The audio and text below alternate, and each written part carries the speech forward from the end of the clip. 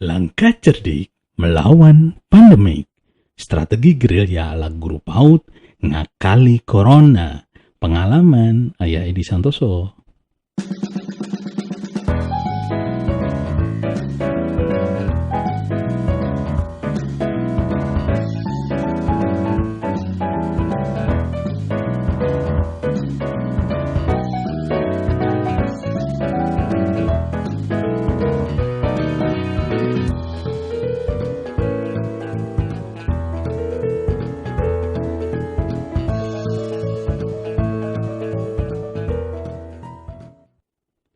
Assalamualaikum teman-teman. Kalau sebelumnya ya sudah bahas kenapa guru PAUD mesti cerdik, kali ini kita akan membicarakan langkah-langkah cerdik ngakalin corona. Penting buat kita ngerti latar belakang strategi cerdik ini. Yang pertama karena masih dilarang tatap muka di sekolah. Kondisi ini dikarenakan masih terlalu beresiko untuk anak usia dini berinteraksi. Yang kedua, karena sudah cukup jenuh. Anak jenuh, guru juga jenuh, begitupun orang tua jenuh. Apalagi tidak sedikit orang tua yang mulai bekerja. Lalu anak belajar dengan siapa? Ini termasuk latar belakang kenapa dilakukan langkah cerdik melawan pandemik. Soalnya orang tua mulai banyak yang request untuk belajar secara langsung. Awalnya ya bingung mesti bagaimana. Tapi ketika ayah membayangkan 3 sosok sekaligus, anak, orang tua, dan guru, langkah cerdik ini harus segera dilaksanakan. 3 sosok tadi begitu kuat menjadi alasan. Coba deh bayangkan, anak-anak bermain bebas dengan sedikit pengawasan, sedangkan orang tuanya harus pergi bekerja. Sebetulnya guru ada, tapi tidak bisa tatap muka.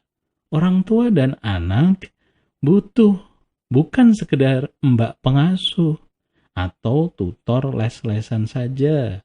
Orang tua dan anak butuh guru yang mendampingi anak belajar karakter dan akhlak. Tapi karena guru kuat pegang aturan, maka tidak sedikit orang tua ambil keputusan untuk cuti sekolah. Ini kan bikin galau guru. Padahal guru PAUD juga butuh pemasukan juga, bukan? Dari kondisi itu, ayah sebagai pengelola PAUD kudu main strategi nih. Jangan sampai anak-anak kehilangan minat belajar karena saluran belajar yang monoton. Jangan sampai pula orang tua ambil keputusan cuti karena guru dianggap tidak merespon. Terus malah beralih pada mbak pengasuh sebagai pengganti guru. Kan beda job. Alhamdulillah setelah ayah laksanakan strategi cerdik, orang tua mulai jadi tambah percaya kepada guru. Anak-anak juga tetap mendapatkan haknya, yaitu bermain edukatif yang meningkatkan kecerdasan. Adapun guru jadi lebih tenang karena kejelasan program. Nah, lewat video ini, ayah akan share langkah cerdik ini sebagai rasa empati dengan kondisi guru PAUD sekarang. Semoga teman-teman masih tetap stay tune ya. Oh ya, yang belum subscribe, buruan subscribe dulu deh. Ayah hitung sampai 3 ya. 1, 2, 3. Baik, kita mulai pembahasan. Strategi pertama. Ayah menyebutnya pengumpulan data. Yang pertama, pahami surat edaran dari dinas. Ini penting agar apa yang kita kerjakan tidak melanggar aturan. Intinya adalah apa yang tidak dilarang secara tertulis berarti boleh dikerjakan. Lalu perhatikan lingkungan belajar murid kita. Zona merah, kuning, atau hijau. Semua ada strateginya. Kemudian lakukan survei lapangan. Apa pasar buka? Apa mall buka? Apa tempat ibadah dikunjungi? Tempat hiburan bagaimana? Anak-anak mulai main dan sepedaan enggak? Anak-anak bermain pakai masker enggak? Setelah dapat datanya, ayah buat kesimpulan. Kesimpulan sementara ada dua. Yang pertama, anak butuh program pendampingan edukatif. Karena tanpa pendampingan guru, anak bermain bebas sesuka hati. Dan itu sangat beresiko. Pembelajaran online mungkin sedikit membantu kualitas kognitif, tapi tidak dengan karakter akhlak anak. Strategi 2. Penawaran program pendampingan edukasi kepada orang tua. Penawaran program pendampingan edukasi berupa pembelajaran menjaga kesehatan diri dan petualangan maharaja, bikin anak pintar membaca tanpa belajar membaca. Selanjutnya petakan siapa yang bersedia ikut program pendampingan dan siapa yang tidak. Yang bersedia join diberikan program kunjungan berkala bersyarat. Yang tidak bersedia, ya tetap diberikan program online saja. Sambil mendata orang tua yang bersedia, pihak PAUD menyiapkan teknis pendampingan dengan protokol kesehatan COVID-19. Strategi 3. Tahap awal pendampingan edukasi. Di tahap ini, PAUD menyiapkan video untuk kelas online tentang kewaspadaan terhadap corona, penguatan imun dengan selalu bahagia, dan menghindari stres. Selipkan sedikit penjelasan petualangan Maharaja sebagai media pendukung, bahagia, dan penghilang stres. Video ini di-share seluas-luasnya kepada masyarakat, bekerjasama dengan kelurahan, RT, dan RW. Di internal warga PAUD, buat video sosialisasi teknis pendampingan edukasi, kesehatan, dan petualangan Maharaja tentunya. Kita sampaikan bahwa kelas online sebagai saluran belajar hanya 20% saja untuk zona hijau, 50% untuk zona kuning, dan 80% untuk zona merah. Kenapa? Karena anak butuh diajari interaksi dan bermain yang aman dan sehat sekaligus mencerdaskan. Jadi, jika orang tua ada yang tetap memilih kelas online saja untuk anaknya, kita harus membuat kesepakatan bahwa orang tua mesti bersedia mendampingi anak bermain sesuai tahapan perkembangannya. Anak pasti bahagia banget tuh. Akan tetapi, jika dikarenakan satu dan lain hal, ortu tidak kuasa mendampingi anak belajar, maka PAUD telah menyiapkan tim pendamping yang profesional, terdidik, dan terlatih. Selanjutnya, tim PAUD koordinasi dengan kelurahan sebagai relawan sosialisasi edukasi kesehatan corona.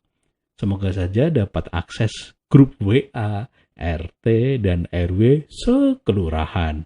Kan jadi lebih akurat data marketingnya. Berikutnya, strategi 4. Kita sebut dengan strategi gerilya.